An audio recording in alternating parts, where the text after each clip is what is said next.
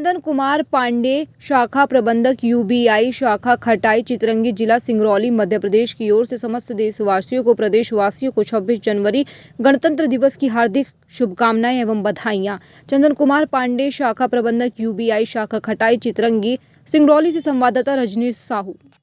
आप सभी दर्शकों को मेरा नमस्कार। मैं चंदन कुमार पांडे, यूनियन बैंक खटाई शाखा चितरंगी के शाखा प्रबंधक हूँ।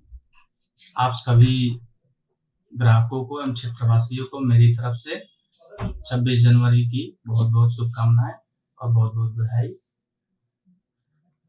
आप सभी लोगों से ये निवेदन है कि आप सभी लोग अपने खातों में री-केवाईसी, सी-केवाईसी, केवाईसी करा लें एवं साइबर फ्रॉड से बचने हेतु आवश्यक जो भी जानकारियां हैं उसको हमेशा समय पे उससे अवगत होते रहें। बहुत बहुत धन्यवाद।